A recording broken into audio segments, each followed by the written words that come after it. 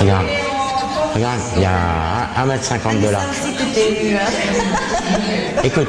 Demande-lui si elle avait un fils qui s'appelait Hasni. François cherche Hasni, un de ses copains d'enfance. Jamais il m'a parlé d'Hasni, jamais. C'est ça que quand je l'ai vu qu'il faisait ça, tu sais, j'ai dit ça y est, il y a quelque chose qui se débloque. Sa mère, sa mère s'appelle Khaira. Khaira, elle est toujours vivante? Non, elle est morte, ça fait... Et Hasni, elle est toujours vivante. Oui, nous l'avons. Une voisine les emmène. Elle trouve la sœur d'Hasni. C'est Monsieur Lopez, je sais pas si... Monsieur Lopez. Aïe, aïe, aïe. Et voici Hasni. Paquito, François. Cela fait 44 ans qu'ils ne se sont pas vus. C'est la première fois que je viens ici. Il y a longtemps que ça s'est passé. Je ne sais pas comment l'expliquer, quoi. Il s'est passé quelque chose de phénoménal. C'est une émotion, moi. Mon beau-fils pleurait comme une madeleine, tout le monde pleurait, moi je pleurais, tout le monde. On a fait pleurer tout Oran presque. Et moi je me souviens en 62, quand on est parti le 30 juin 62, que mon père a pris le sac de vélo qui est parti, il y avait ta maman et ton papa qui a attrapé mon père et monsieur le Mais Madame Lopez, oui. Madame Pérez. Et c'est Fatima qui remémore à François tout un passé qu'il avait gommé. Madame Soler, on allait faire voler les cerfs-volants sur la route de la Seignane. On allait aussi à la Montanica. On mangeait des gazpachos. On mangeait à table dehors. Chacun sortait sa table. Et puis on formait une famille là-bas. Je me rappelle d'une chose. On n'était pas des voisins, on était vraiment une famille. Voilà, ça c'est beau ça. On n'était pas des voisins, on était une famille. Naïm a perdu un oncle pendant la guerre d'Algérie et son grand-père a été torturé par l'armée française. Alors forcément, jusqu'à ce voyage à Oran, Naïm se posait des questions sur François, ce pied noir, ce colon. J'avais une boule ici, mon beau-père était à Oran, il faisait quoi à Oran? Est-ce qu'il était parmi les colons qui étaient vraiment méchants à l'époque? D'autant plus que ce que Naïm a appris à l'école, c'est une histoire très officielle et peut-être incomplète.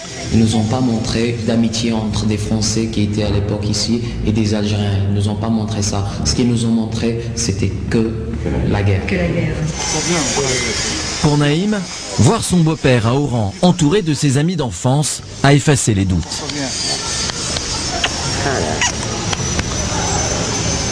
Dans ce couple, algérien et français, le passé colonial ne parasite pas le présent. C'est quelque chose qui s'est passé avant, qui ne nous concerne plus nous, c'était la génération d'avant. Mais qu'on n'a pas oublié. Qu'on n'a pas oublié, c'est sûr, mais... Moi-même, je ne l'ai pas oublié. Vous, c'est l'avenir. Voilà, mais là, on pense à l'avenir quand même. L'avenir de Naïm et Vanessa, c'est leur autre bébé, un magazine féminin qu'ils ont créé ensemble. Le journal s'appelle Zeliet, ce qui veut dire algérienne. Un succès incroyable. En un an, Zeliet est devenu le premier titre de la presse magazine en Algérie, toutes catégories confondues. Je garde ce visuel parce qu'il est intéressant. Juste de me trouver une photo dans la banque de photos. Dans le journal, tous les sujets sont abordés, y compris la sexualité. Pas de tabou. Mais Vanessa, qui est la rédactrice en chef, est prudente. C'est pas moi qui vais imposer mes choix ou imposer mon point de vue, c'est la femme algérienne elle me nourrit de son opinion que moi je vais ensuite retransmettre au travers de mon magazine, tout simplement. Naïm est le directeur du journal de Vanessa. Il a fondé un groupe de presse, c'est un jeune entrepreneur plein de projets. Il a rendez-vous dans le centre d'Alger avec des amis.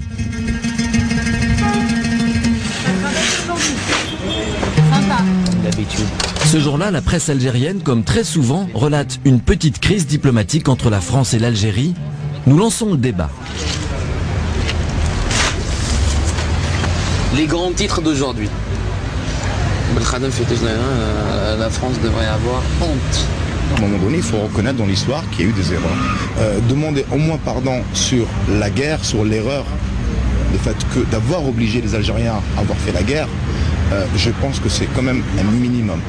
Là, je parle de relations entre gouvernements.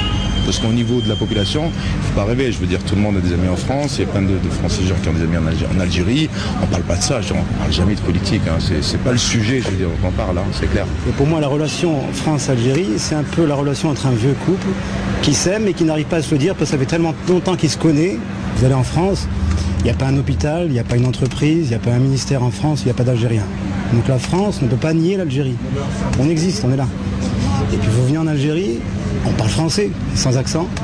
Vous sortez dehors, les magasins sont en français, les étiquettes sont en français, les journaux sont en français, les plus sous sont en français. Donc côté algérien, on ne peut pas nier la France non plus. On est mariés ensemble. On n'arrive pas à se l'accepter en fait. La France persiste et confirme son révisionnisme. Et juste au-dessous, tu trouves un autre article, le français à l'estomac largement en tête. Il y a une grande société française qui réalisera le tramway d'Alger. Tu vois tu en conclus quoi là? Bah écoute, c'est qu'on est toujours liés. Vraiment toujours liés. Par l'histoire ou par l'économie ou par la culture, mais on est tout le temps liés. Depuis le mariage de Vanessa, François passe désormais toutes ses vacances en Algérie. L'été dernier, il y est resté 6 semaines. Il venait chaque jour ici, au bain-douche. Il s'y est fait des amis, retrouvailles. Oui, félicitations pour les petits. Ah oui. Bonne nouvelle, tu vas bien. Merci. Le bienvenu. Eh ben, comme d'habitude. C'est très bien. Comme d'habitude. Vous restez combien? Peut-être 2 ans, peut-être 3 ans. Ça, c'est très bien. Ici pour habiter ici, c'est une bonne nouvelle. Le fait qu'il soit né en Algérie, pour nous, si on veut, entre guillemets, c'est un Algérien. Pour nous, c'est un Algérien de souche. Maintenant, qu'il soit en France, qu'il soit en Italie, en Espagne, pour nous, ça ne change rien. Il raisonne comme nous. C'est pas le type renfermé, associable. Moi, je ne connais pas les Algériens avec des préjugés, avec. Non. Ça se passe dans la tête. Ça se passe dans la tête. Toutes les histoires du passé. Pour moi, c'est du passé.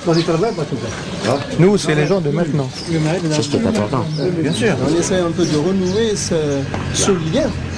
Je ne pourrais pas dire ombilical, mais c'est un lien qui existe depuis bien belle lurette et j'espère que ça continuera pour nos enfants aussi. Et c'est déjà beau, hein. Naïm, c'est un enfant d'Algérie. D'accord. Une enfant de France. Bien sûr.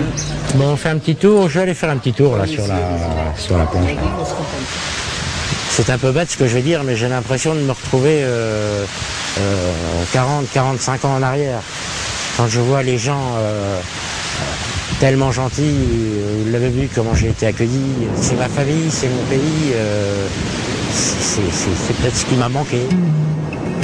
Depuis qu'il est grand-père, François se demande même s'il ne va pas venir s'installer ici avec Ingrid. Je pense que mon avenir, notre avenir sera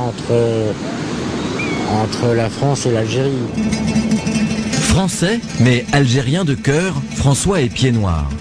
Il est entre les deux rives de la Méditerranée. C'est là qu'il voit sa dernière demeure. Incinérer mes cendres dans la Méditerranée. Vraiment ? Je pense.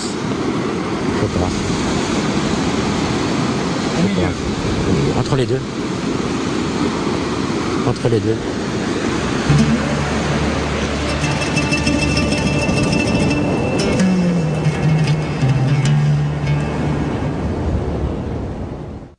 C'était Quand l'Algérie était française, une soirée préparée par Serge de Sampigny, Jean-Marie Tricot, Valérie Troisier. Réalisation Sébastien Deveau, production Vanessa Varon, assisté d'Éric Cantaviscaille. Sachez que nous préparons d'autres soirées histoire sur M6. Si vous avez vécu, filmé des événements importants, mais aussi votre vie quotidienne dans les années 60 et 70, eh bien vous pouvez nous contacter à l'adresse email suivante, histoire@m6.fr. Merci de nous avoir suivis. Bonne fin de soirée sur M6.